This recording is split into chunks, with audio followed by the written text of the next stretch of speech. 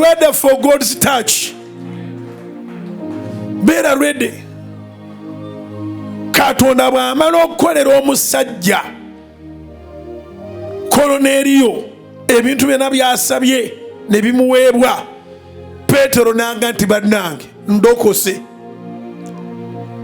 n'ayasama akamwa ke n'ayogera ekibadde ku mutima gwe, n'agamba nti olwaleero lwentegedde nga Katonda tasosola mu bantu wabula mu buli ggwanga lyonna lyonna oyo abeera amukkiriza n'amutya n'akola obutuukirivu, oyo Katonda amukolera.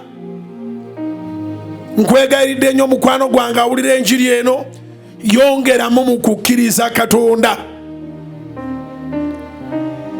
Ddira wali wobadde wateeka okukkiriza nti embeera ku mazzi, okukkiriza kw'embeera okuwangula okugyewo, oteekewo okukkiriza Katonda. Ekisinga okunkwasa ennaku kye kino nti byombi bitwala kukkiriza. Tuli ffenna, ekisinga okunkwasa ennaku kye kino nti byombi bitwala kukkiriza. Anaasiraana akkiriza nti asiraanye, era olw'okuba nti akkiriza nti asiraanye, ekyo kyakkiriza ne kiba n'obujulizi obuli negatiivu.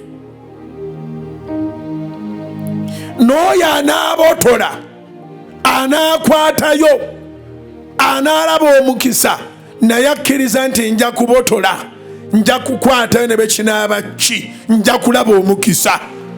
Oyo yaliwa bannange, yaliwo oyo. Kubira Mukama engalo ez'awaggulu mu linnya erya Yesu.